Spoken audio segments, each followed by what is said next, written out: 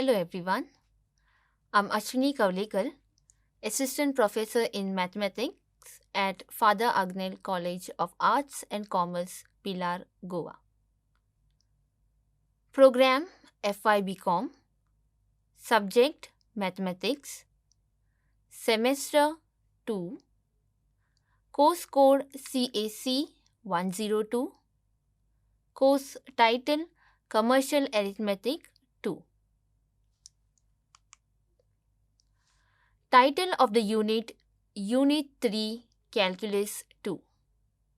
Module name Rules of Integration and Examples.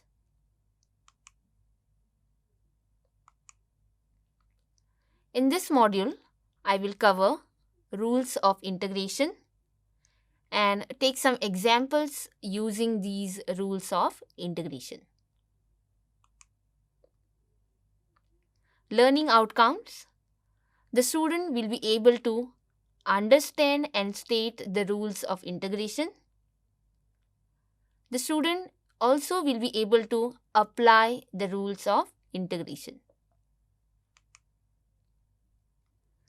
So we'll start with the rules of integration. We have 3 rules over here.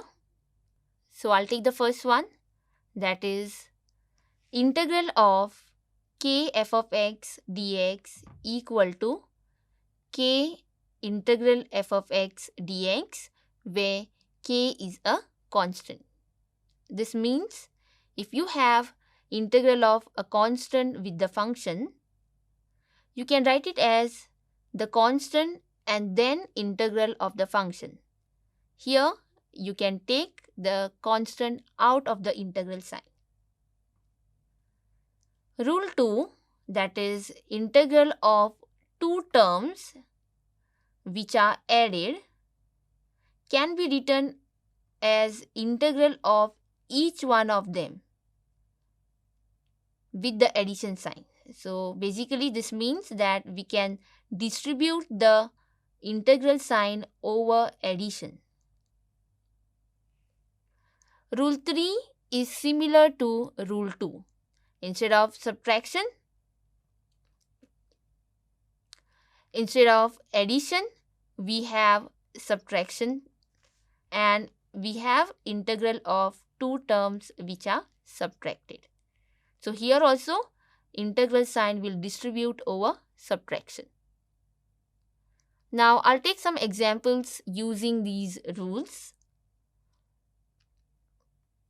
So we have the first example, integrate the following, wherein this is our function.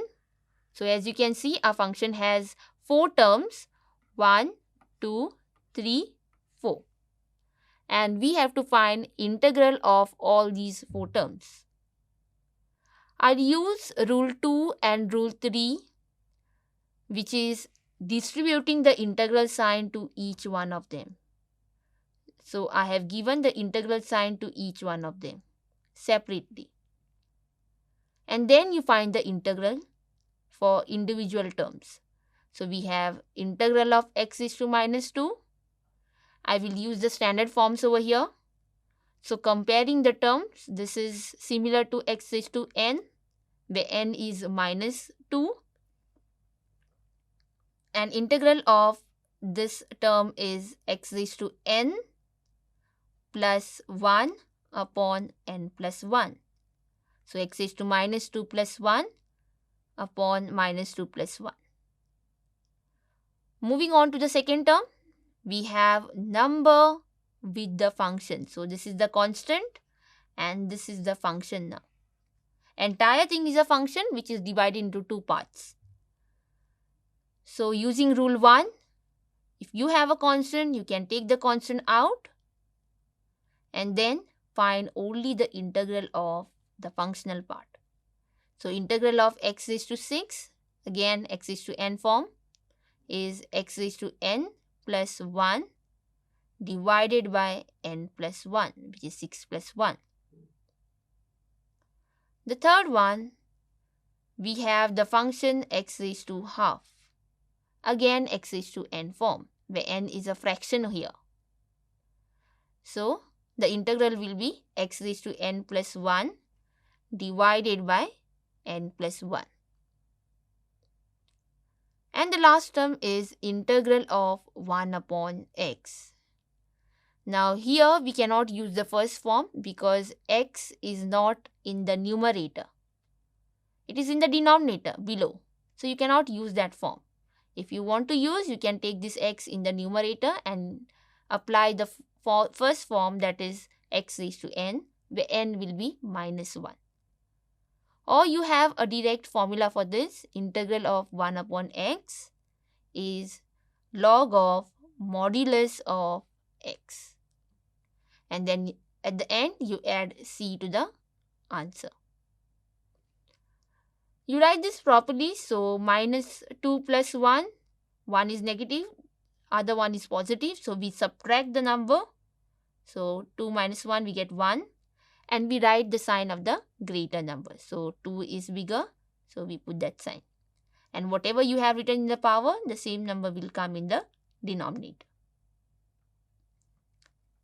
This will be 2 is over here, x raised to 6 plus 1, that will give me 7. This will be also 7, minus x raised to half plus 1. Half plus 1 is not equal to 2 upon 2 students. Half plus 1 is not equal to 2 upon 2. You have to solve this separately because the denominators are not equal. Here, we don't have any denominator. When we don't have any denominator, it is assumed to be 1. So, one denominator is 1 and the other denominator is 2. So, there are different denominators. So, I'll solve this separately. So, we have the rough work over here. Half plus 1, I will take the LCM.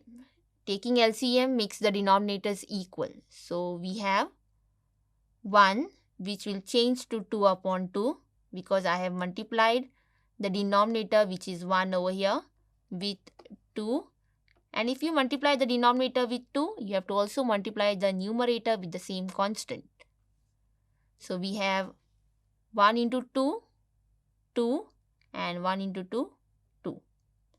Now, you can see both the denominators are equal. So, you can add the numerators. These two numbers can be added. So, when you have the same denominator, instead of writing two denominators, I can write 1. And 1 plus 2 will come in the numerator. That will give me 3 upon 2. So, half plus 1 is equal to 3 upon 2. And in the denominator also, the same power, 3 upon 2. And the other two terms will appear as it is. So, this is our final solution. Moving on to the second example, we have integral of x minus 2 into x plus 7. Here we have the function which has two terms which are multiplied. So, we cannot use the first three rules for this part. Hence, I will open the brackets and write all the terms. So, I'll take the first term from the first bracket and multiply to both the terms in the second one. So, we have x multiplying to x, both are positive, and we get x square. And x multiplying to 7, positive x and positive 7. So, we have 7x. Now, take the second term from the first bracket and multiply to both the terms in the second bracket. So, we have minus 2, take the term along the sign, minus 2 multiplied by x, that will give me minus 2x, and minus 2 multiplied by plus 7, we will get minus 14.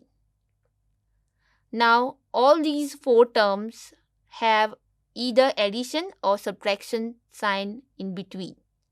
You don't have multiplication like the previous one.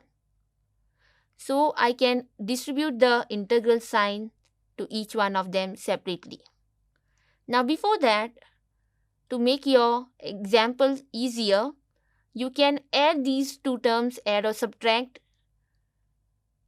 and write it as one term. So if they are getting added or if they are getting subtracted, you can add or subtract them and write as one term. 7x minus 2x I have written as 5x, and we have the integral sign for all the terms. So I will distribute the integral to each term, and we will get integral of x square plus integral of 5x minus integral of 14. Now you find the integral. So x is to n, we have x is to n plus 1 divided by n plus 1. Here 5 is a constant, so you can take out of the integral. 5 I will keep out and take only integral of x is to 1. Here you have the power 1. So x is to 1 plus 1 divided by 1 plus 1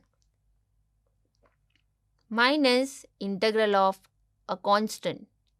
We had taken example where we found out that integral of constant is the constant with the alphabet. So I can write integral of 14 as 14 into x. So writing this properly, we have x is to 3 divided by 3 plus 5x squared divided by 2 minus 14x plus c, which is our final solution.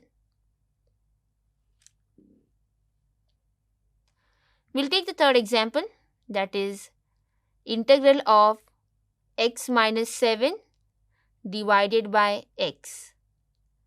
Here if you observe, you have two terms which are divided.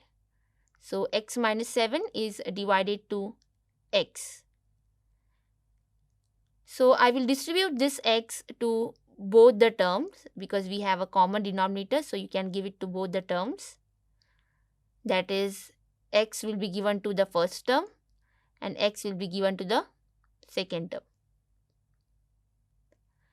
Then I will divide, if it is divisible, x divided by x, you can cancel both and you can write 1. And this will remain same because you cannot cancel x with 7. Distribute the integral sign to each term. So we have integral of 1 dx minus integral of the second part. Integral of a constant is constant with x minus, now this 7 upon x, I can write it as 7 upon x equal to 7 into 1 upon x. So integral of 7 upon x will be integral of this. So you take constant out, that is 7 I will take out of the integral sign. So we can write it as 7 integral of 1 upon x dx. So we have 7 coming out of the integral and then integral of 1 upon x, which is log of modulus of x, and you put c to the solution. You can refer to. Thank you.